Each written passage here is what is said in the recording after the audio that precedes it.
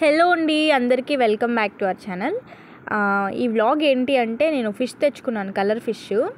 అది సెట్ చేసేటప్పుడు ఏమైందో మీరే చూడండి ఒకసారి. నేను వైట్ కలర్ శాండ్ తెచ్చుకున్నానా, అది ఇలా అవుతుందని నాకు కొంచెం కూడా ఐడియానే లేదు అసలు. నేనేమో నీట్గా ఒకసారి బౌల్ క్లీన్ చేసుకొని ఫ్రెష్ వాటర్ పోసుకొని, ఈ శాండ్ ఇలా ఉంటుందని నాకు తెలీదు. అంటే శాండ్ ఉంది దీని లోపల, కింద చక్కెర లాగా ఉంది, చక్కెర అంతా సన్నగా ఉంటుంది ఆ శాండ్. అది వేసాను. ఇది చూడండి ఎలా ఉందో అసలు. మొత్తం ఇది సున్నమా లేకపోతే ఏందో అర్థం కాలేదు.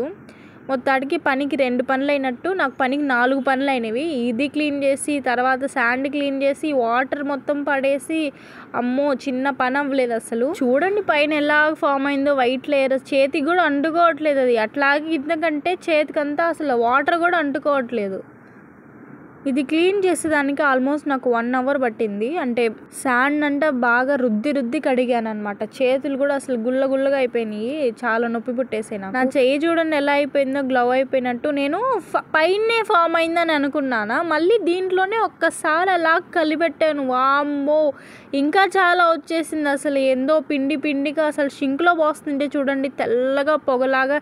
ఎందుకు అసలు అన్న కూడా చెప్పలే. ఆయనకు తెలిసే ఉంటుంది కదా, అక్వేరియం షాప్లో అమ్మే వాళ్ళకి తెలిసి ఉంటుంది కదా, ఇది ముందే కడిగి వేసుకోండి అని ఒక్క మాట చెప్పొచ్చు కదా. వాళ్ళకి తెలియకుండానే ఉంటుందా చెప్పండి మీరు. నేను ఊరికే పైనే ఒక వైట్ లేయర్ ఫామ్ అయింది అనుకున్నా. ఎంత ఉందో చూడండి అసలు.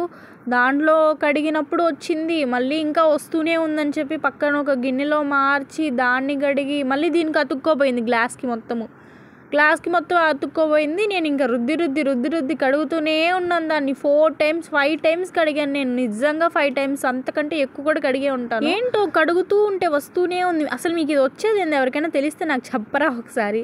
ఎందుకు ఇలా వేస్తున్నారో తెలియలేదు. ఇంకా స్టోరేజ్కి అలాగేమైనా అనుకుంటున్నాను నేను. అంటే చాలా రోజులు ఉండాలి కదా, దానికి ఏమన్నా పౌడర్లో పెట్టి సున్నంలో పెట్టారు. సున్నలాగే ఉంది అది ఆల్మోస్ట్. మమ్మీతో గొడవ పడి వెళ్ళాను ఆ రోజు, అందుకని నాకు ఇది ఇలా జరిగింది అనుకుంటున్నాను నేనైతే లాస్ట్కి.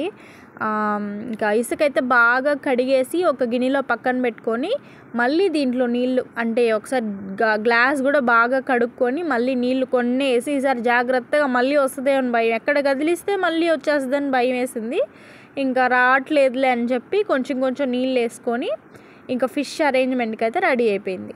నాకైతే చిన్నప్పటి నుంచి కలర్ ఫిష్ అనేది చాలా ఇష్టము. తిరుపతిలో కూడా ఒకసారి తెచ్చుకున్నాను. చాలా రోజులు ఉండింది, ఒక ఇయర్ వరకు ఉండింది. అంటే అదే స్టార్టింగ్ కదా, ఇయర్ వరకు ఉండింది.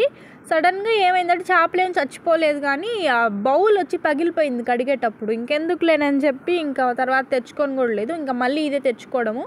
4 ఫిష్లు తెచ్చాను. 2 పెద్ద చేపలు, 2 వచ్చి ఎల్లో కలర్ చిన్న చేప. నేను చాలా పెద్ద అక్వేరియం కొందాము అని వెళ్ళాను ఒక 5,000కి. కానీ 5,000లో అంతా ఆటోమేటిక్ రావట్లేదు. 10,000 పెడితే వస్తుంది అని చెప్పారు. ఇంకా ఉన్నప్పుడు కొనుక్కుందాంలే అదే 10,000 అని చెప్పి మళ్ళీ వచ్చేస్తుంటే కాదు, ఒక్క చేపైనా కావాల్సిందే అని చెప్పి మళ్ళీ ఈ బౌల్ తీసుకున్నాను. నాకు ఫిష్లు అంటే చాలా ఇష్టము. ఎప్పటికైనా సరే నేను ఇంటి నిండా ఫిష్లు పెట్టేస్తాను. నాకు అంత ఇష్టం కలర్ ఫిష్లు అంటే. ఫిష్ పాండ్ చేసుకోవడం మీకు తెలుసు కదా, బయట గార్డెనింగ్లో ఫిష్ పాండ్ ఇలా అంతా సెటప్ నాకు చాలా ఇష్టం అనమాట. ఇంకా దీంట్లో ఏదో క్యూట్గా అలా ఉంటుందని తెచ్చుకున్నాను. కానీ ఈ వీడియో నేను షూట్ చేసి ఒక 2-3 months అయిపోతుంది. ఇప్పుడు దీనికి రికార్డింగ్ చేసి పెట్టాల్సి వస్తుంది. ఇప్పటికి ఏమైందో చెప్పనా, నేను ఈ 2 పెద్ద చేపలు ఉన్నాయి కదా, దాంట్లో పెద్ద సైజుగా ఉండేది, దాని చిన్న సైజుగా ఉండేదాన్ని కొరికి చంపేసింది. సరేలే అని తీసి పడేసాను నేను. నెక్స్ట్ ఒక 3 days తర్వాత ఏమైంది, ఒక చేప కనిపించలేదు, ఎల్లో కలర్ చేప. ఏమైందా అని చూస్తే కింద దాని తలకాయ మాత్రమే పడి ఉంది. సరేలేని సపరేట్ చేద్దాం అనుకునే లోపల ఇంకొక చేప చచ్చిపోయింది నెక్స్ట్ డే. ఇంక ఇది ఒక్కటే ఉంది. ఇలా అయింది లాస్ట్కి. ఇలా అవుతుందని నేను అసలు ఎక్స్పెక్ట్ చేయలేదు. సర్లేంటి, బాయ్.